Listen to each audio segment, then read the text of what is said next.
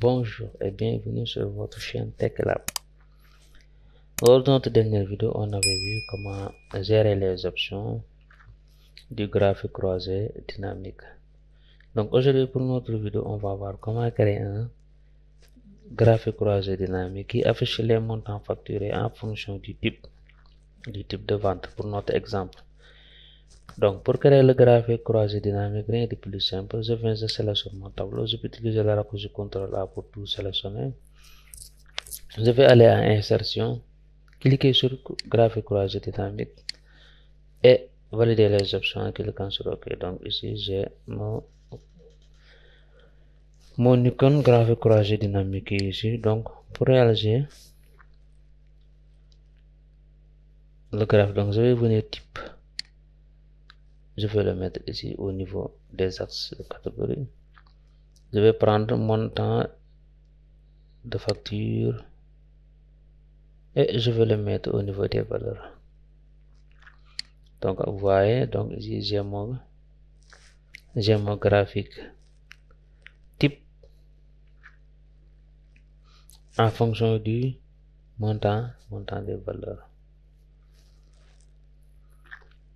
Donc ici j'ai mon graphique qui est, donc si je veux changer le type de graphique,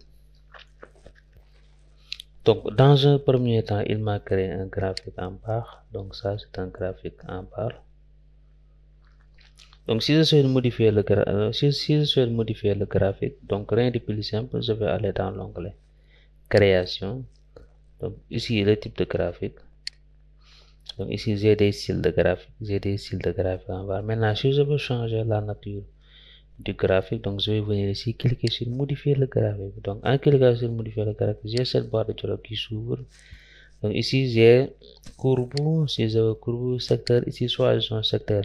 À choisissant secteur, ici j'ai des variantes. Donc je vais prendre la variante 3D pour notre exemple ici et je vais en cliquant sur OK. Donc vous voyez, donc j'ai mon graphique qui est changé en graphique secteur variante 3D. Donc toutes les mises en forme que nous avons vues lors de notre dernière vidéo sont ici. Voilà, donc je peux faire la mise en forme là de mon titre. Donc voilà le graphique qui affiche les types de vente et les sommes totales. Le montant de la facture en fonction du type de vente. Donc le graphique montant de la facture en fonction du type de vente. Le graphique montant de la facture en fonction du type de vente. Voilà.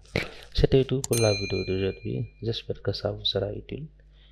Donc on se retrouve à la prochaine vidéo pour un autre cours ou un autre tuto sur Excel.